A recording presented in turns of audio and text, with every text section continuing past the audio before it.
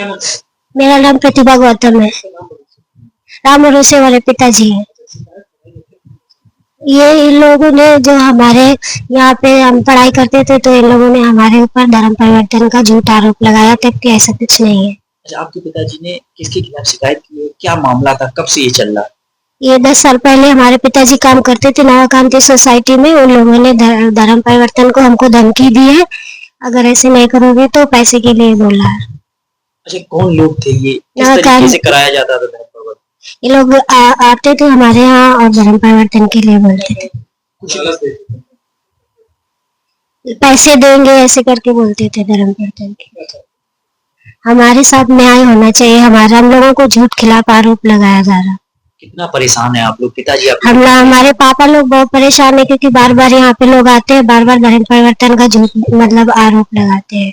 हम लोगों ने कुछ नहीं किया है, फिर भी हम लोग इतना बार बार आके परेशान कर रहे हैं। हम चाहते हैं कि हमको सही न्याय मिले, जो गलत है उसको सही किया जाए। आप लोग गरीब थे, गरीब में आके फंस गए। हम मतलब कि हम लोग आके यहाँ पे वो करते थे कि झूठ झूठ आके फंसाया है के बोल के। रेखा देवी। क्या मामला हुआ है आपके पति?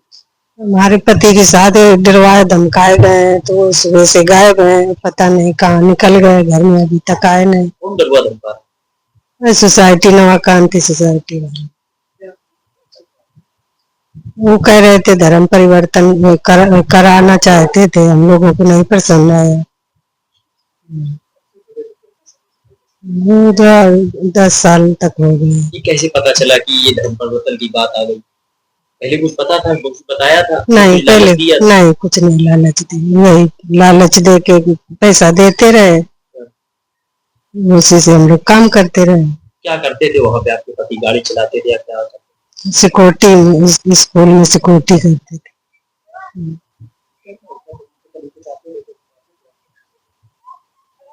मीटिंग हुई कभी? हम वहाँ पे मीटिंग हुआ करती थी। पति ने आपको कभी कुछ बताया कि किस तरीके से मीटिंग होती है, किसकी पूजा होती है? वहाँ पे ये कुछ नहीं बताते थे, जो तो सिक्योरिटी करते थे, गार्ड थे। देखिए, ये कुछ इनपुट्स हम लोगों को मिले थे पहले। उन इनपुट्स के बेसिस पे हम लोगों ने एक एसआईटी गठित की थी और हम लोग लगातार इस मामले में इंटेलिजेंस और इनपुट्स को कलेक्ट कर रहे थे। इंटेलिजेंस और इनपुट्स कलेक्ट करने के बाद हमें कुछ श्योर ऐसी जगह पता चली जहां पर ये एक्टिविटीज़, ये स्किल डेवलपमेंट एकेडमी से 3 लोगों को जनपद कानपुर देहात के अकबरपुर थाने की टीम और एसआईटी ने मिलकर अरेस्ट किया है, जिसमें से कि डैनियल, जो कि उसमें अकाउंटेंट के रूप में काम करते थे, सावित्री शर्मा, जो कि उसी एकेडमी की प्रिंसिपल के रूप में काम करती थी, और हरिओम त्यागी, जो कि पादरी या फादर के रूप में काम करते थे। इन तीनों को हमने अरेस्ट किया था। इनकी मोडस ऑपरेंडी यह थी कि ये लोग मैक्रो और माइक्रो लेवल पे अपना जाल फैलाकर भोले भाले लोगों को, जो कि लोअर कास्ट से होते हैं या फिर SC ST होते हैं या लोअर इनकम स्टैंडर्ड से होते हैं, उन लोगों को अट्रैक्ट करने की कोशिश करते थे। ये लोग कई स्किल डेवलपमेंट के नाम पे, जैसे कि सिलाई, कढ़ाई, अन्य सॉफ्ट स्किल, इन चीज़ों के लिए लोगों को अट्रैक्ट करते थे, अपने पास लाते थे और कई क्लब्स चलाते थे, जैसे कि अवाना क्लब, जो कि बच्चों का क्लब होता था, या फिर ग्रह कलेशिया, जो कि ग्राम लेवल पे या घर लेवल पे पूजा पाठ का क्लब होता था, बाइबल रीडिंग सोसाइटी, इन सब को संचालित करके लोगों को अट्रैक्ट करते थे अपना धर्मांतरण करने के लिए। इसके अलावा ये हैंडपंप, छोटे और बड़े, और सिलाई मशीन, इन सब को दे करके भी लोगों को आकर्षित करते थे, प्रलोभन देते थे, और प्रलोभन के बाद जब थोड़ी सी इंटीमेसी बढ़ जाती थी तो बैप्टिज्म की प्रक्रिया से उनका शुद्धिकरण करके उनका धर्मांतरण करने की प्रक्रिया को अंजाम देते थे। इस सिरे में हम लोगों को कुछ 50 हैंडपंप इन्होंने अलग अलग स्थानों पर लगाए हैं, जिनकी जांच हम लोग कर रहे हैं। प्रत्येक हैंडपंप की कीमत अप्रॉक्सीमेटली 50,000 है। इसमें और कई कड़ियाँ हो सकती हैं जिसके ऊपर हम लोग जांच कर रहे हैं, स्पेशली इनके बैंक अकाउंट्स और इनके यहाँ से जो भी लिटरेचर इनकी नवाकांति सोसाइटी से मिला है, उस पर हम लोग जांच कर रहे हैं। नवाकांति सोसाइटी पूर्व में एक स्कूल के रूप में यहाँ पर संचालित था, जो कि कोविड में बंद हो गया, और उसके बाद हाल ही में एक स्किल सेंटर के रूप में, और उसके पश्चात धर्मांतरण के और अन्य प्रक्रिया बाइबल रीडिंग के लिए उसको यूज़ किया जाने लगा। इसके अन्य लिंक्स को भी हम लोग डेवलप करके और यदि कोई अपडेट्स होगा तो उससे भी आपको अवगत कराएंगे। पुलिस ताश में बताया कितने लोग अभी तक धर्मांतरण कराए लोगों ने?